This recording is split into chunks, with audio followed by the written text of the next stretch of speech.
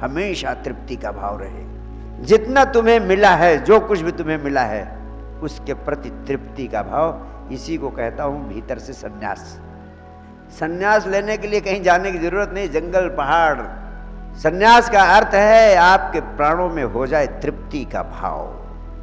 एक कमरे का मकान है तो एक कमरे के मकान में ही मेरा आनंद, वहां इतने आनंद से रहो कि बड़े महल में रहने वाला भी तुम्हारे सामने फीका दिखाई पड़ने लगे।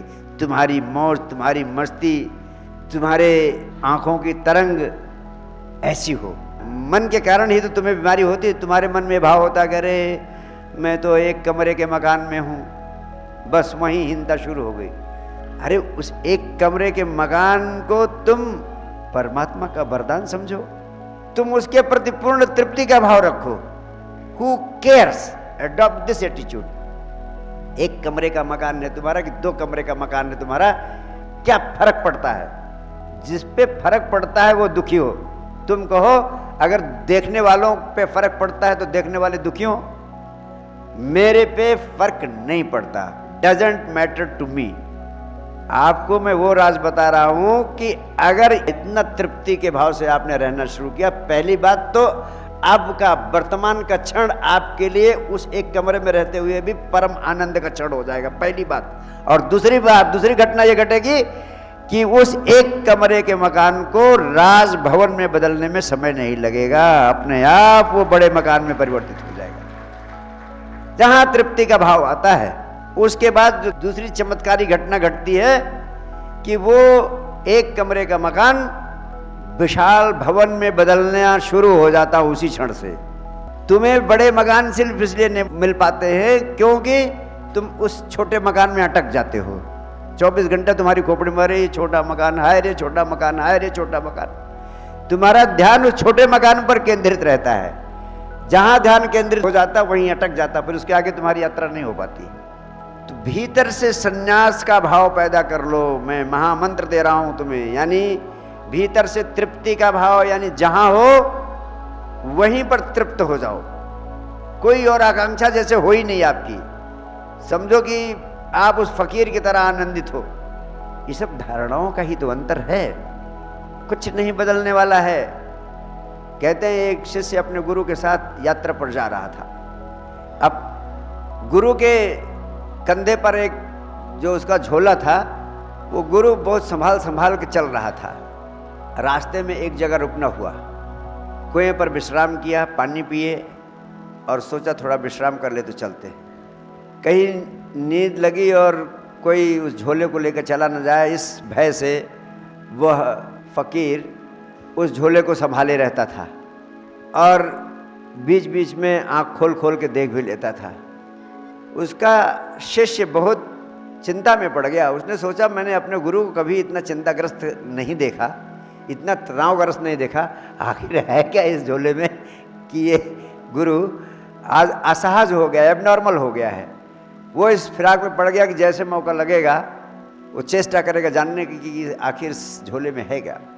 रास्ते पर चले जा रहे हैं, फिर गुरु को पुनः विश्राम करने की आवश्यकता हुई और उन्होंने कहा कि तू थोड़ा झोले को संभाल, मैं लघु शंका करके आता हूँ। वो लघु शंका के लिए गए, झोला संभाला। शिष्य ने देखा उसमें कोई सोने की एक ईंट पड़ी हुई थी। उसने कहा इस सोने की ईंट तो कभी गुरु के पास देखी नहीं और आज कहीं से मिल गई इनको। और देखिए उस सोने की ईंट के कारण इतना तनाव, इतनी बेचैनी, इतनी अशांति और जीवन ही अब नॉर्मल हो गया गुरु का। उस पीड़ा से कि गुरु का जीवन अब नॉर्मल हो गया, उसने शिष्य ने उस ईंट को निकाला और उसको पास के कुएं में डाल दिया और उसकी जगह एक मिट्टी की ईंट साधु के झोले में रख दी। और जब साधु लघु शंका करके आया तो वो झोला उस गुरु ने ले लिया उससे, क्योंकि उसमें सोने की ईंट थी। उस झोले को ले लिया। फिर दोनों यात्रा पर गए, आगे बढ़े। रात्रि शाम का वक्त, अब गुरु बहुत चिंतित था कि शाम हो गई और ये कोई गांव नहीं जंगल है। बहुत चिंतित, वो परेशान था कि आगे जब गांव मिलेगा वहाँ रुकेंगे, किसी गांव के बाहर विश्राम करेंगे। उस चेले ने कहा कि अब गांव तो बहुत दूर पड़ेंगे, कहीं दूर दूर तक दिखाई नहीं पड़ते हैं और थक भी गए हैं, हम जंगल में ही सो लेते हैं। और गुरु कहता कि नहीं, इस जंगल में नहीं रुकना। उसे भय था कि यहाँ कोई चोर उचक्के मिल जाए, छीन ले हमारी ईंट। तो गुरु बताता नहीं, लेकिन कहता कि मैं गांव में रुकना। तो चेले ने कहा, गुरुदेव अब चिंता की कोई बात नहीं है, चिंता का कारण मैंने बाहर फेंक दिया है। जब गुरु ने झोले को देखा तो उसमें मिट्टी की ईंट थी, सोने की ईंट फेंक चुका था। दोनों चैन की नींद आराम से जंगल में सो गए। यानी वो सोने की ईंट जो बंद उस झोले में पड़ी थी, चिंता का कारण थी, तनाव का कारण थी, जिंदगी उपद्रवग्रस्त हो गई थी। ऐसी ही तो तमाम सारी ईंटें तुम लोगों ने अपने जीवन में कंधे पर लाद रखी है। वही तुम्हारी अशांति का कारण है, वही तुम्हारे तनाव का कारण है। भीतर से संन्यास, भीतर से तृप्ति का भाव है पैदा कर लेना जहाँ हो वहीं, और बाहर से संसार में रहते हुए जो कुछ तुम्हें उपलब्ध है उसका पूर्ण भोग करना, उसके प्रति पूर्ण भोग में उतर जाना। जितना तुम्हारे पास है उसको 1000 गुना आगे बढ़ाने का भाव कर लेना, उसके लिए बाहर परिश्रम करते रहना, लेकिन भीतर से जो कुछ है उसके प्रति तृप्ति का भाव रख लेना। अगर ये भाव आ जाए, भीतर से संन्यास, बाहर से संसार की साधना तुम कर लो, तो तुम्हारा पूरा का पूरा जीवन बदलना शुरू हो जाता है उसी क्षण से, जिस क्षण तुम भीतर से संन्यास यानी तृप्ति का भाव रखना शुरू कर देते हो। असाधारण संपदा उसी क्षण से मिलना शुरू हो जाती है। आज मैं आप सबसे यही कहना चाहता हूँ कि जहाँ है वहाँ उस अवस्था के प्रति भीतर से तृप्ति का भाव, और बाहर से संसार में जो कुछ चाहते हो, जहाँ पहुँचना चाहते हो, जो पाना चाहते हो, जो होना चाहते हो, उसके लिए पूर्ण उद्यम करते रहना। इस महामंत्र को आत्मसात करके जीवन में आगे बढ़ना, इस महामंत्र को रोज रोज याद करना।